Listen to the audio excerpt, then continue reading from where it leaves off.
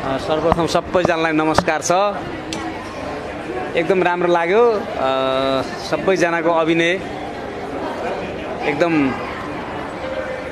जोरदार छ। जोरदार प्रस्तुति नै रहेछ। एकदमै राम्रो लाग्यो।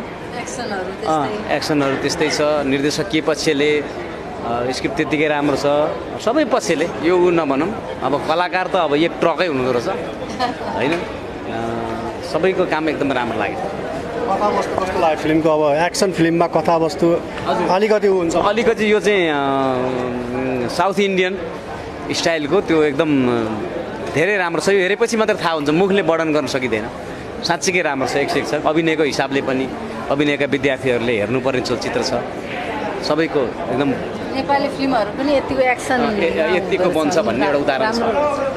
दाइले अब भनौँ न, अब हास्य व्यङ्ग्य कलाकार भनिरहँदाखेरि एक्सन मुभीतिर चाहिँ कतिको इन्ट्रेस्ट छ, कतिको मनपर्छ एक्सन मुभी, कतिको हेर्नुहुन्छ? म हेर्छु, त्यो पनि हेर्छु, मन पनि पर्छ। यस्तो एक्सन मुभीहरूमा खेल्ने कतिको रहर छ? मलाई खेल्न मनपर्छ। अब अफर आयो भने म खेल्छु अवश्य। हजुर, कमेडी भन्दा बाहेक एक्सनमा पनि गर्ने रहर छ? एकदम एकदम धेरै छ। पछिल्लो समय तपाईँ अरू ब्यानरहरूमा फिल्म गरिरहनु भएको छ होइन?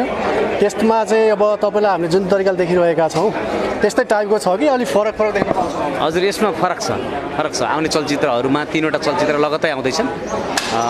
तीजमा, त्यसपछि दसैँमा र तिहारमा गरेर आउँदैछन्। ती 3वटै चलचित्र फरक छ। केदार दाइको अहिले बाहिरी ब्यानरहरूमा व्यस्तता बढेको छ होइन? के भन्नुहुन्छ? खुसी लाग्छ। अब यही क्षेत्रमा काम गरेको हो, एकदमै खुसी लाग्छ, राम्रो लाग्छ। तपाईँको छोराको पनि इन्ट्री भयो, हिजो मात्र सम्मान पनि पाउनुभयो, कस्तो लाग्यो? अलिकति त्यो हिजो सोध्न पाइएन दाइलाई होइन? एकदम गर्वको कुरा हो। हाम्रो छोरा आशिषले अभिनय गरेको चलचित्र होस्टेल 3ले चाहिँ 51 दिन मनायो। एकदम खुसी लागेको छ त्यो कार्यक्रममा। त्यसमा हामीको छोरा लगायत अरूका छोराछोरी पनि धेरै हुनुहुन्थ्यो।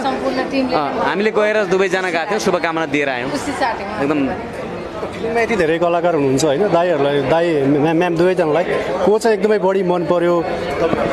नै यसो गरेर चिप्ल्याउने कुरा नगर्नु होला। सबैको 101 राम्रो, नराम्रो कसैको छैन होला, त्यति हो। सबैले राम्रो गर्छ, सबैको राम्रो। हस् हस्। Thank you.